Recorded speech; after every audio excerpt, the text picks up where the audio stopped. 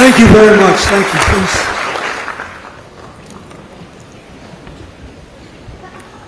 I've had the best seat in the house. I've been watching on the monitor.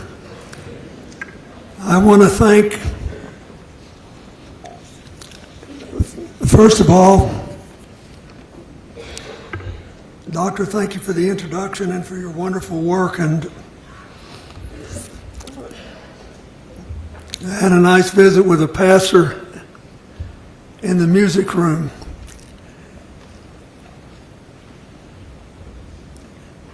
And thank you, Mayor Holt and Governor Keating.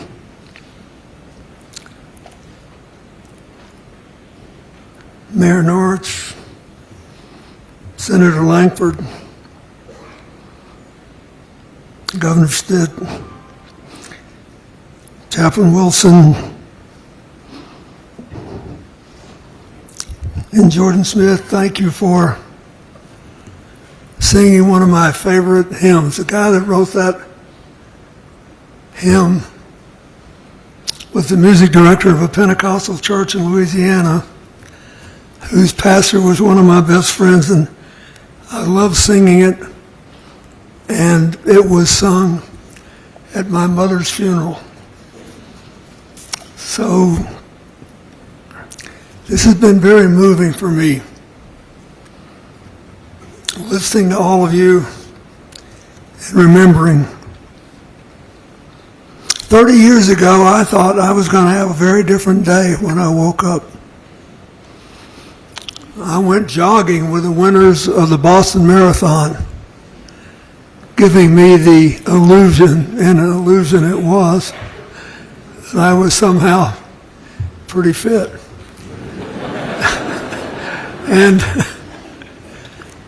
then I got back to the White House and the devastating news. That truck bomb,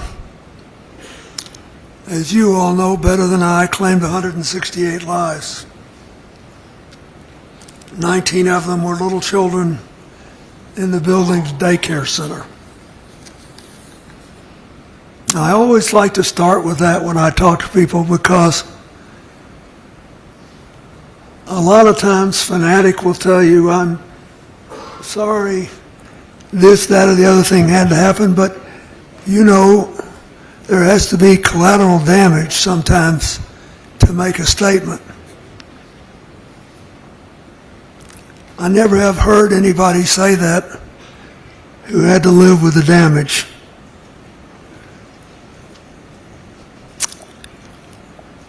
Most of the people who lost their jobs, their lives, were public servants, as we all know. They got amazing coverage after this happened about what they did every day as a matter of choice, showing up for work, to do business for the American people. They help veterans and farmers and the elderly and disabled. And they help to keep our country safe. One of the Secret Service agents, Al Witcher, who lost his life, was a member of my detail. And he left me. And he was very popular and very good at what he did. But he had a family. And he said, you know what, you travel too much. I want to be home more. And Oklahoma City would be a good place to raise my kids.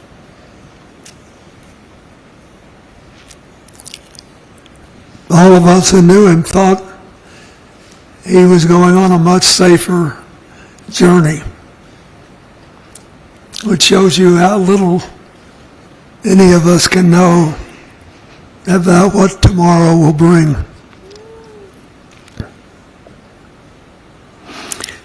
That bombing profoundly shook the country. and did more to all of you.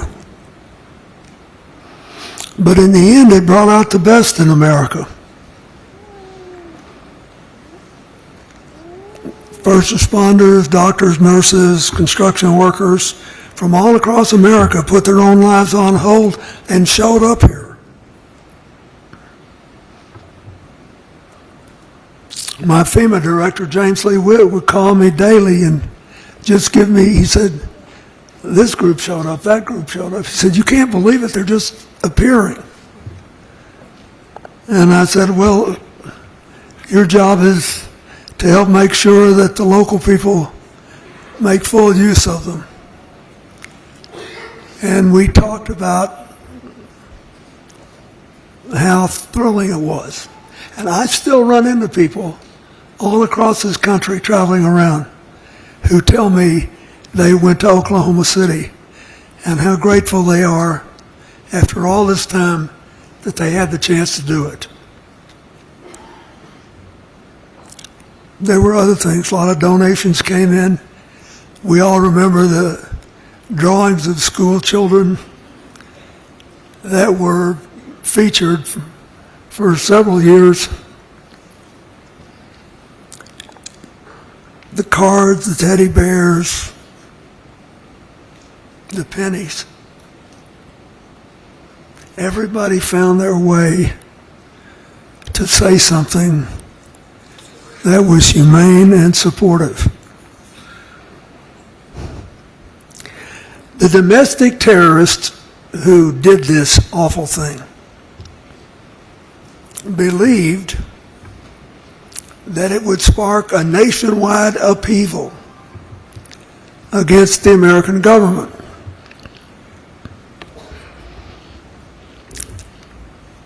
And would eventually destroy our government and our democracy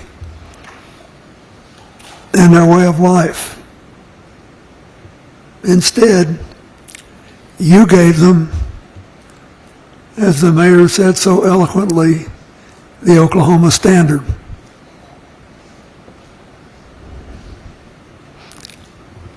You gave them service, honor, and kindness. I know over the last 30 years, you are probably managing your losses better, but I know the pain has never gone away. I know you still miss the people you lost. But by continuing to love them and honor them and working to rebuild your own lives and the lives of this community, you've gone a long way to redeem the lives they were not able to live. And just as important, you have given America a very great gift. Every year, you get together and reaffirm your model of how, despite all of our differences, in case you haven't noticed, we've got a few. But in spite of all of them, we can still find a way to move forward together with the Oklahoma Standard. Service, honor, kindness. Did it work? All you have to do is look around.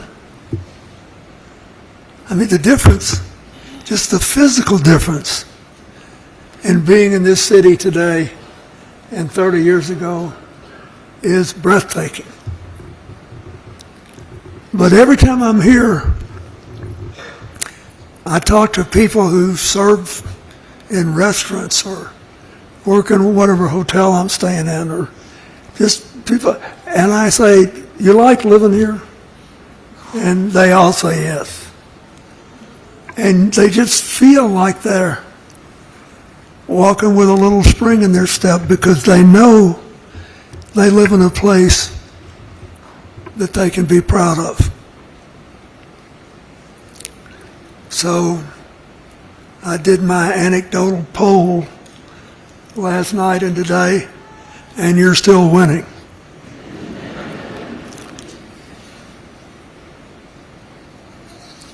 I think this is important.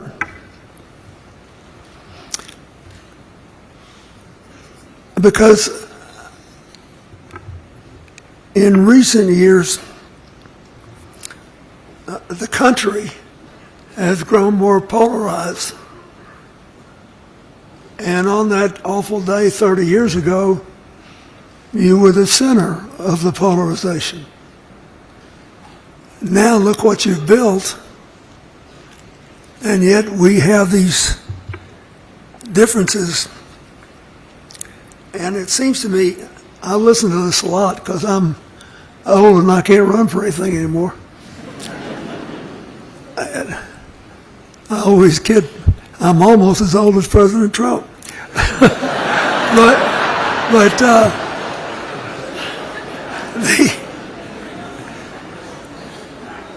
If you listen to a lot of what I read and hear today, it's like everybody's arguing about whose resentments matter most, whose resentments are more valid.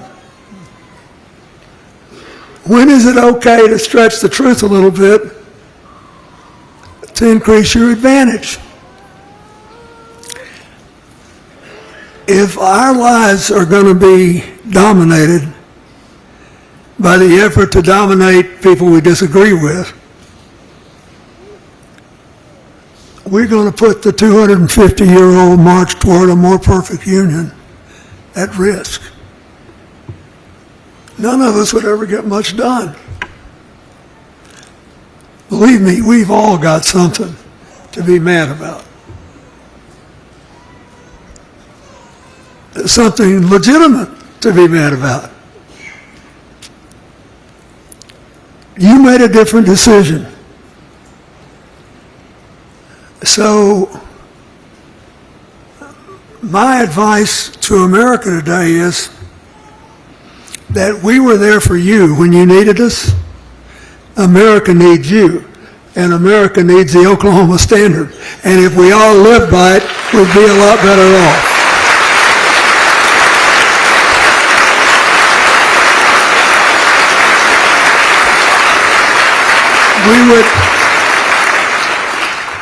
We would get a fairer economy, a more stable society. We would understand one another, and we wouldn't feel weak if we admitted we were wrong about something. It does you good every now and then to admit you're wrong. You know?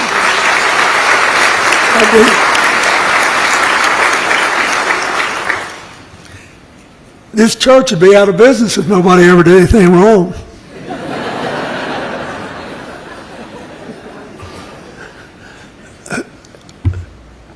We're laughing, but you know it's true. And so I ask you to think about that. I think all the time about the breathtaking changes you made here because of how you decided to respond. And this is hard work. President Eisenhower, who I think was underrated for several years, said that he worried about whether democracy could last in America because it required in the end such concentration and discipline and the willingness not to do things as well as to do them.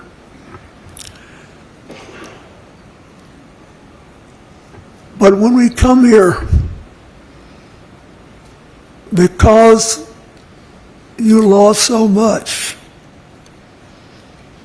you were able to feel what you could do to make it better, to make it different, to really build something instead of just keep tearing down. And you have done it, and it's breathtaking. And I came here today in part just to say to the rest of the country, look at this. This is what you get with service and honor and kindness put together. And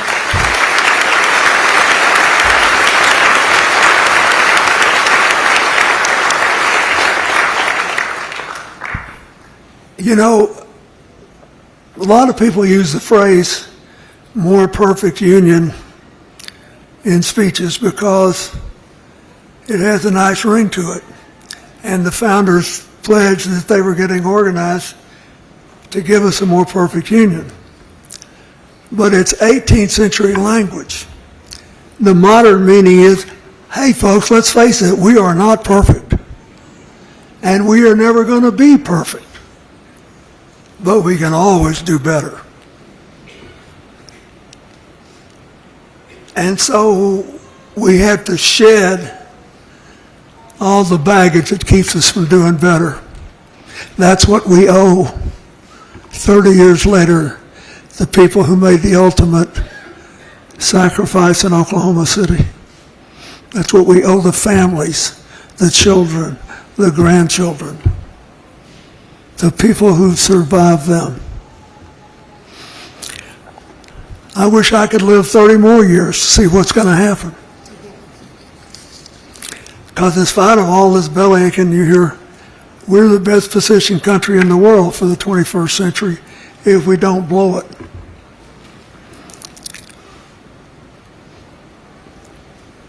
If we don't forget how you got from 30 years ago to today. And it is true that I still remember as if it were 30 minutes ago coming here with Hillary to that memorial service and saying, you have lost too much, but you have not lost everything. You have certainly not lost America, and we will be with you for as many tomorrows as it takes. I do think we kept that commitment. Lord knows we tried. But today, Oklahoma City, America needs you. I wish to goodness every American could just see life unfold here. Hear these stories. Listen, you know, I love sitting backstage and listening to Frank Keating. I wondered if he missed his calling, if he should have been a preacher, but at the time he was a good Catholic boy and there wasn't a big space for him. Yeah.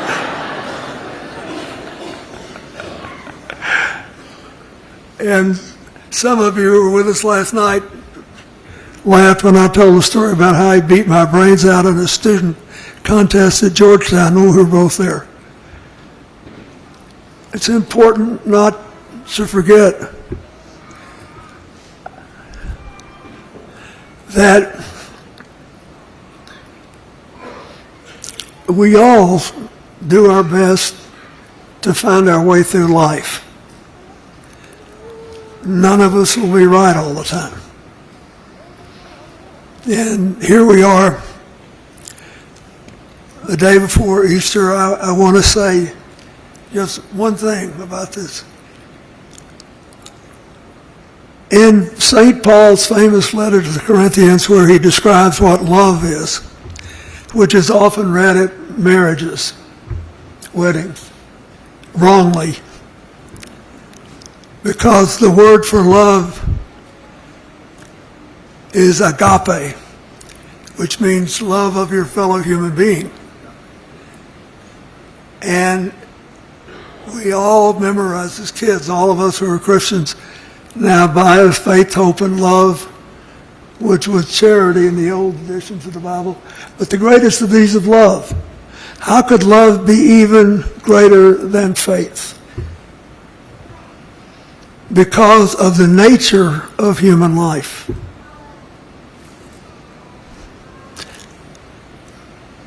I love this. It's my favorite. It's the only thing that I think every politician in the world of any religion would benefit from internalizing. Where St. Paul compares life on earth, fleeting though it is, with eternal afterlife with God. And he says, now we see through a glass darkly, but then face to face. Now I know in part, but then I will know even as I am known.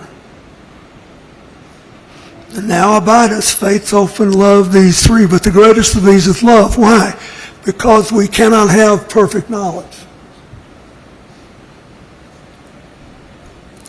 We have to wait to see things through the eyes of God. And like I said, that's what keeps the churches open and the chaplains busy. And thank God it does, but we have no idea, and I can't make this not a tragedy, we have no idea what all 168 of those people would have done with the rest of their lives. But we do know what they did that was good. We know the love that they generated, which was worthy.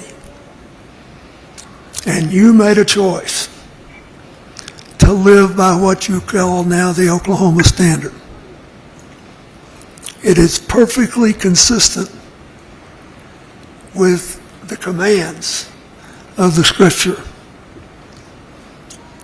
Perfectly appropriate for tomorrow being Easter. And perfectly fit to acknowledge 30 years of trying to do what people are supposed to do, which is to take whatever comes and make the best you can of it. I know of no other example that can compare to what you have done here. And I, as a citizen, am grateful for it. I'm glad I could be there to help a little bit. I love it in my old age when you still invite me back. Just know this. You needed your country then.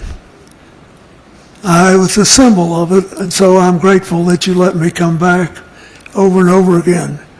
But make no mistake about it, your country needs you now. We have all these assets, beginning with our people and our great institutions. Are we really going to put them at risk to prove we're always right and that our resentments are more important than somebody else's? I wish every American would get a copy of the Oklahoma Standard in the mail or on their cell phones tomorrow. I bet you it would have a terrific impact. Don't give up. We need you now. Thank you.